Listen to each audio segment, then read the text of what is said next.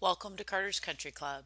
This is episode one, A Call to Right Action, part I 13. see the light, I see the light at the end of the tunnel. I think I this is see going to the be the light, last one. and So I it's had to edit burning with Emmy bright. Lou. I Same see the album, light, Cowgirl's Prayer, it's the light at the end that I run to. 1993. And the light, darling, is you.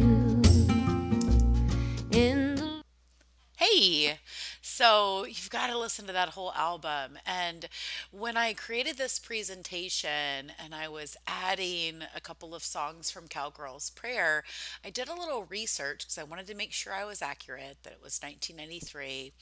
And what I found out that I'm pretty sure it's her last solo album and it wasn't well received. People are dumb. They're dumb because it's awesome. I mean, I love Emmylou. I love her in the background of Dylan's albums. Like, when I saw Emmylou at the Ryman when I was in my teens, it was like a bluegrass show. Sam Bush was there, and there was gospel, and it was really beautiful. But I was just crying, just like weeping because I love her. So I started this episode, this very long episode with 13 parts, um, with a ways to go, and I wanted to end with the light. It's oh my god, there's so many good songs on that album. You've just got to listen to it. So yeah, I'm really excited that you're here. I really enjoyed part 12. I really feel like it's like getting to the heart of all of this. So I'm going to keep moving forward, and I won't see you again because this is the end of this very long episode one. But hopefully, I'll see you soon. You got to reach out. Okay. This is Carter. Ice skating. I don't know. This is maybe a year ago. Yep. He still needs to sit down a little bit, but it's pretty awesome. And here are some children that are definitely or were not getting to ice skate. I don't know, maybe they were going out on a pond at the time, but probably not. But I am going to get a little bit darker, but I had to start with that song because we're going to get to the light, but we've got to, the only way out is through. So we've got to go into it. Listen to them, the children of the night, what music they make. So morbid, so morbid. And I don't know why all the ballet companies have done Dracula this year. I don't know why we're going to hold that up on a pedestal, but it's unnecessary.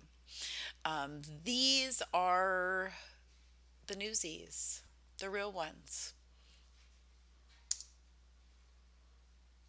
These are images of the children that rode the orphan trains. These are images of orphans on the street. And these in the lower right hand corner is a World's Fair and babies, infants, and incubators. Lots of questions we could ask. I'm just going to invite you to do your own research. I knew about the orphan trains, but I have learned so much as I have been working on this project. As I've mentioned in previous episodes, currently I'm in rehearsals. We have another one tomorrow because we've had a little break because it was the kids that go to the indoctrination camps of public schools were on spring break last week. So I took a break, and we will go back into rehearsal tomorrow for this production of Orphans, which Carter and I really have a vision that we could do this on a larger scale. One of my dear friends says that, we need to be able to like take this company and take this on tour.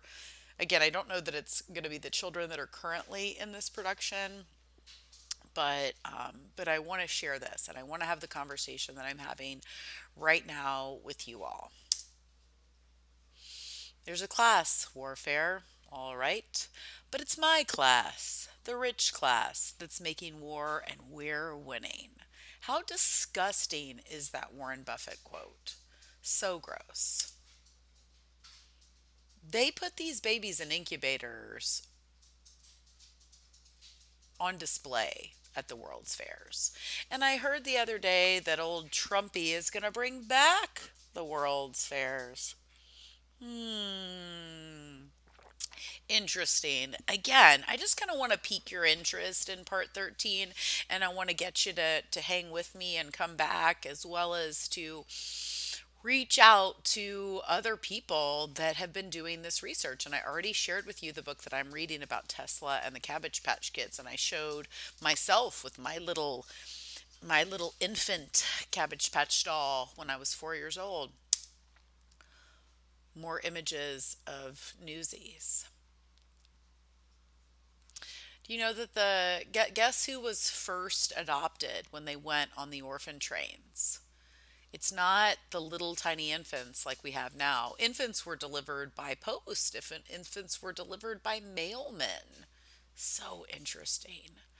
Um, but the ones that were adopted first were the older boys, right? Because they could go be slave labor on the farms. Workhouses, orphan asylums.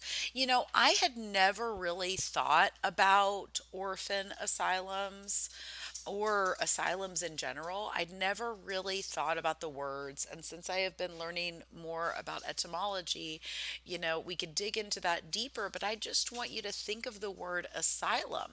And maybe in your mind, like mine, you equated it with insane asylum, right? Like people are crazy. But what about seeking asylum?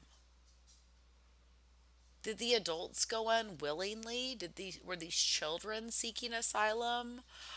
Or was it like Child Protective Services today and they were taken away? We don't really know. Did you know that P.T. Barnum was involved in the orphan trains? Did you know that they were paraded through old world opera houses and Masonic lodges or Masonic temples, however you want to look at them? Interesting. Now, this next is some girls playing the Newsies. Because, yes, that's right. In the theater, we can't get enough boys. And the conventional wisdom is that it's because we're not inclusive enough and because we're not welcoming the LGBTQ plus community. But I think the reason why we're not getting enough boys is because we're not including boys. We're not welcoming the men and the fathers. We're not supporting the divine masculine. I grew up in the theater. I have friends that are gay. My brother is gay. I was in his wedding when he and his husband got married, and that's a whole other conversation, for another time. But I say that because I always felt like gay people were totally welcome in the theater, right? Like I totally felt like they were welcome. But I don't think everybody else is welcome. And based on how people made decisions during the COVID pandemic, it didn't seem like the unvaccinated are welcome. And it seems still to this day that we're not, right? So that's why little girls are playing the Newsies because they can't get enough dudes to do it. Now, this is obviously probably an unpaid production, right? We can get some adults and teenagers in New York City to play the Newsies, right? But not in all the theaters across the US. Our lives begin the day we become silent about the things that matter. Dr. Martin Luther King. We could talk about him. We could talk about the rumors. We could talk about whatever. But like I mentioned earlier, I spent years of my teen years, 4 years specifically, going to a conference called Go For It. Where it was all about vision over Martin Luther King weekend. So I grew up loving Dr. King, loving that message. And so I cannot agree with everything that somebody puts out there, or maybe even behaviors that they took on, but I can definitely agree with these words, and I am choosing not to be silent. But I find it interesting that Disney chose to produce the movie in 1992, Newsies, and that Disney produced the musical in 2012 that won the Tony. The upper right hand corner is from that production, which you can watch online, which is actually like really lovely and awesome. And the lower one is a smaller theater company doing that, and then obviously on the left are the real Newsies. But there's some really interesting stuff going on in there, not to mention, Teddy Roosevelt and William Randolph Hearst and all the stuff that was going on at the time that I think we are occulting and AKA hiding from the population because we like to hide in plain sight, right? Not us, but the dark occultists. That's what they love to do. So, as I mentioned, Carter loves Newsies. And when he started taking voice lessons, like I said earlier, he kind of went in there with his love of Alabama and started singing some Alabama songs. But, finally, I said, hey, what about, Newsies and Seize the Day? So he's going to sing Seize the Day in this production. And I had to share one more image of Carter with one of his favorite stick guns from forest school. And when Carter and I were in production last year of our spring recital, we started to think about what was next, and he really wanted to add Newsies. And so I know that you have to have the rights to, do the whole show. So I thought, well, let's do a musical review and let's do it all about orphans, which kind of dove me down this rabbit hole. But listening to him sing this song yet again, just like Do You Hear the People Sing, I feel like these words, and I hope you've read them here on the left because I don't know if you're going to be able to hear the audio. In part 12, I actually had to go back and take the audio and add it in, which I can do again here. I don't know if it's going to play or not. I may have removed it. I can't really remember. But I invite you to go watch the 1992 film, go watch the 2012 cast. I think it's the 2012 cast. Maybe it was later, but it's a full, you can watch on YouTube. You can pay and watch the whole Broadway musical. It's pretty powerful, but I'd like you to again think about this in the context of now. Yep, it's not going to play. So that's okay. Go listen to it. We'll move on. So, the Newsboys strike of 1899.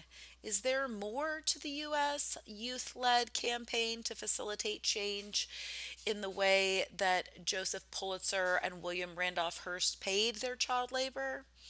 Hmm. Is it interesting that they used Christian Bale? Hmm.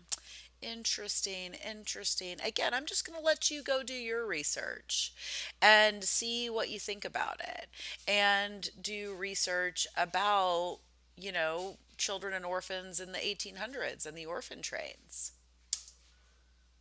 I think that we should think about child labor now, right? The picture on the left, child labor in the 1800s. Picture on the right, children in lithium mines. I'm from Kentucky, so I know that there were children in coal mines, right? You've probably seen those little images of toddlers that could fit down in the coal mines. And I had to share this quote from Vandana Shiva, or Shiva, however you'd like to pronounce it. If you haven't read her book, Oneness in the 1%, maybe I'm butchering that title, but wonderful book. Again, eclectic sources. Take in her information, learn about the female farmers and their plight and what's happening. GMOs, all the things. But again, you can look her up, but I want to read this. Today, you have a situation where now the prescription is people who don't have enough money to buy food should end up paying for their drinking water. That is going to be the kind of situation in which you will get more child labor. You will get more exploitation of women. You're going to get an absolutely exploitive economy as the very basis of living becomes a source of capital accumulation and corporate growth. In fact, the chief of Coca Cola in India said, our biggest market in India comes from the fact that there's no drinking water left. People will have to buy Coca Cola. I can't help but feel emotion for that. And there's going to be more emotion as you see the rest of these slides because we have got to come together. We have got to stop the political debate or the debate about food or the debate about the shape of the earth and just come together, right? You know about this, okay? And not because there's a stupid couple of Hollywood films, okay? Because it's more going on than that. We use the word trafficking. They a lot of times willingly prostitute themselves, okay? Because it's better than the life that is around them. Okay. And we can't wait for some politician to release some Epstein list or whatever because this is going on right as we speak, right as I sit here and share this with you. You may delay, but time will not. Okay. We've got to stand up. And this is not the answer. It's not the answer. I don't know if you can see that. I think you probably can. I told you I went to the trucker protest, mostly because Carter Gray wanted to see the semis. Okay? But this is not the solution. Okay? Protesting is not the solution. I saw protesters out yesterday. I don't know what they were out there for. Okay? There are solutions. I'm not sure if this is the best place to put your resources, but it is one place to put your resources. And this woman has given her life to help child prostitutes. Okay. And people don't like to use that word, right? They like to think about child trafficking. And they don't like to think about the fact that these kids' lives are so bad that they choose that. They choose to prostitute themselves or to take part in pornography. Okay. And if we're consuming pornography of any kind, we're supporting this industry, okay? And I understand now that the public indoctrination camps called schools are now, teaching children that pornography is a good thing. Okay. And I'll speak from personal experience. It didn't lead me to any good places. Okay. And we can talk about sexual freedom and my background, and my journey a whole other time. That's not the purpose here. The purpose here is to help these children.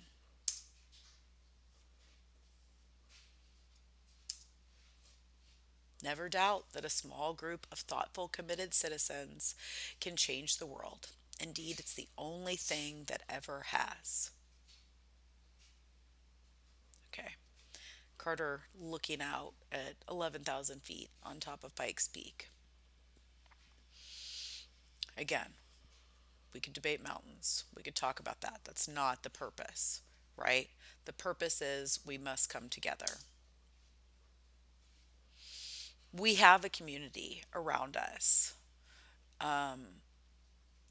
We don't currently take part in a homeschool group, but when we did, these lovely people included us. And they are probably more, maybe somewhere between Orthodox Christian and Pentecostal. Many of them, I don't really know all of their faith. I just know that we had some family friends and we were included and invited and grateful because these these people welcomed us. And so I want to stand together with everyone. Maybe we get to stand together with the Amish and the Mennonites. I mean, there's a reason why the Amish don't register things, right? Whole other conversation. And then there are rock climbers that do choose to be together. This is from Memorial Day weekend 2 years ago. So there's big tall Justin right there and Carter Gray in his tie dye with another pair of awesome Vivo Barefoot boots.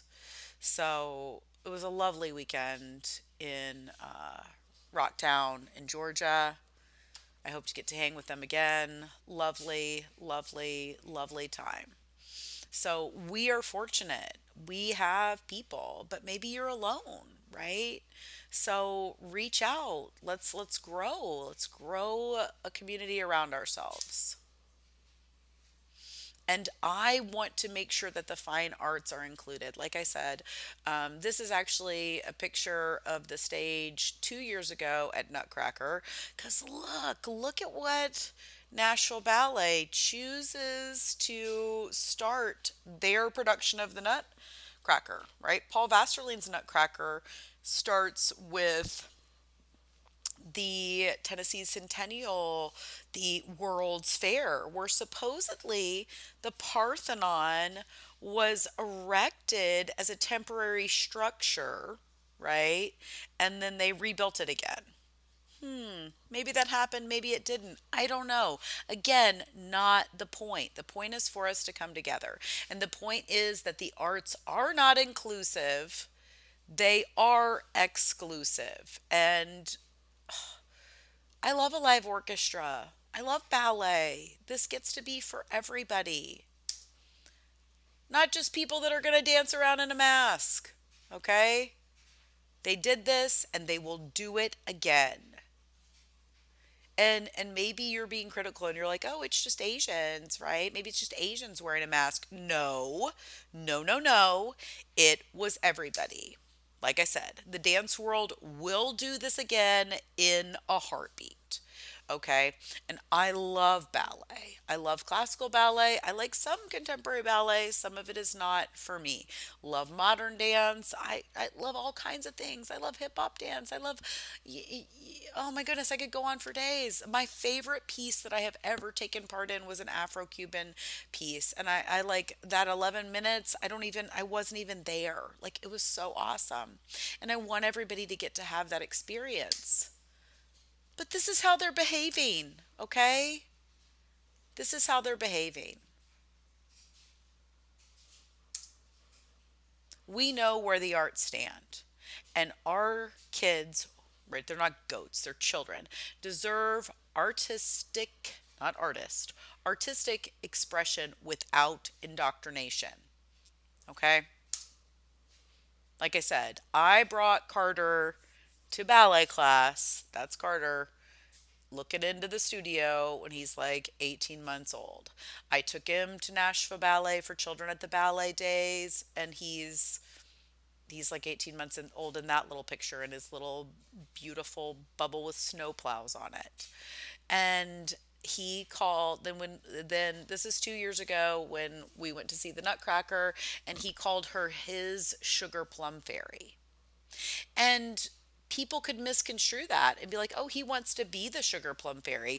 No, he doesn't want to be the sugar plum fairy. He thinks she's beautiful, right? And I love that they bring the kids in. I love that they invite him. Carter was like hanging on every word. And the young woman over there on the left, we just got to go to a homeschool day with them. Like I said, Carter, like we appreciate Nashville Ballet.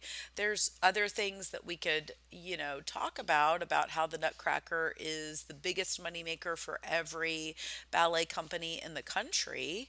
And, possibly we could have a conversation about, are they exploiting the children?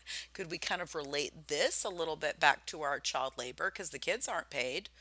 But the reason why they have to do Nutcracker, and some people are tired of Nutcracker, and some of the ballets,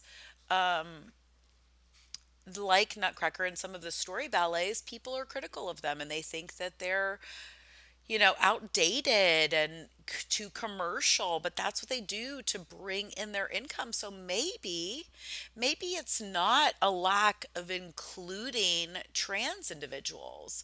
Maybe it's a lack of welcoming all people, why the ballet is struggling, why these beautiful artists that dedicate their life and their training to an art form that they know they're not going to make enough money in, right?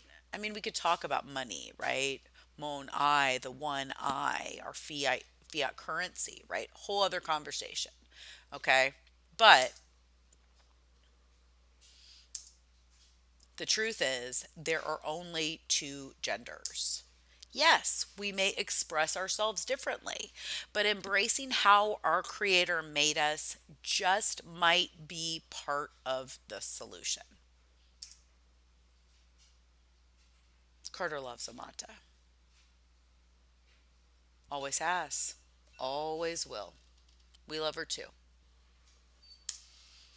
He knows to be respectful of women. He loves Skylar Gray. She's another good friend. I told you when he went to championships when he was 5 years old, he was a part of this huge group of six and unders, right? And, the thing in swimming is that we have boys and we have girls. Now, the collegiate world did something pretty crazy, but luckily, we have Riley Gaines to stand up, right? Because it's not cool. And look, I mean, the dudes are different. They're totally different. I mentioned that this little girl was going to come back when I talked about in the past episode about the creepers, right? And this was shared and online, so I think I can share it, but I won't give her little name out. Um, Carter says he passed her up. I'm pretty sure he didn't. Look at him struggling, right? We know, generally speaking, that female athletes will crush male athletes in endurance events. Hence, why, females give birth because we have, you know, all the things, all the endurance stuff, right? But and it's cool if they want to race together and like in CrossFit they participate together but then scored separately, right? But we all have our gifts, but that doesn't mean that some dude needs to take part in female athletics, right? I talk all the time to the kids that I work with about the fact that gymnastics didn't invite women until the 60s. Ballet began with men. Yoga was by men for men, okay? And women did work to get to take part in these activities, okay? We could, again, look to Mark Passio, read excuse me, watch his presentations so that you can understand about the distortion of the sacred feminine, okay? But I want to read Riley Gaines's words here. I believe being forced to use preferred pronouns promotes reality distortion and a lack of basic respect for biology. Since I started advocating for women's sex based rights, I began to realize that even when I tried to be what I thought was kind and inclusive and used preferred pronouns, it wasn't enough. Unless we undoubtedly believe men could turn into women and experience all the same things women do while not daring to question it, then you were showcasing transphobia. I was fully expressing fiction in the guise of showing respect. I haven't read Riley Gaines's book. I stole this quote from her. Um, my dad, was uh, early on was so proud of her and so proud that she was a UK athlete because my dad's a big, go Cats, my whole family, right? But you know, it's ridiculous. It's absurd. Carter's Country Club will not support that. Thank you. Thank you, Mark Passio. I wouldn't be here if it wasn't for you. Being awake means caring enough to take real world action to create real world change. And I took this from Will Keller because I wanted to remind myself and I wanted to remind you that natural law. This is where we've got to start, right? And the entire point of this presentation was that most people don't know the difference between right and wrong. And I really hope in this very long-winded episode 1 that you have grasped that. I have to give credit where credit's due. I gave credit to Will Keller from stealing that. I've given credit to Mark Passio as much as I could because I wouldn't be here if it wasn't for him. Please go to What on Earth is Happening, watch the replays, dig in, because it's valuable. That's what I'm doing. I've shared this before, the big vision, a farm and not a factory farm. And yes, I agree with Greg Reese. It appears that we human beings are being farmed. But I mean that we get to take care of the soil, fuel ourselves in a way that is moral and respectful, and we can have other debates another time. I want a training center, fine arts complex. I want a place for education. I put schools in quotation for a reason. I've shared this slide before. And a moral place for all families who consciously choose. I shared this slide before. I talked about the Balanchine quote and talked a little bit about Balanchine. I'm going to read the Fred Astaire quote. The hardest job kids face today is learning good manners without seeing any. Thank you, Fred Astaire. Thank you for being a beautiful dancer, for leading the way for men to express themselves fully through dance, and for these words that I think are a perfect way to conclude things. Not just about manners, but morals, right? The difference between right and wrong.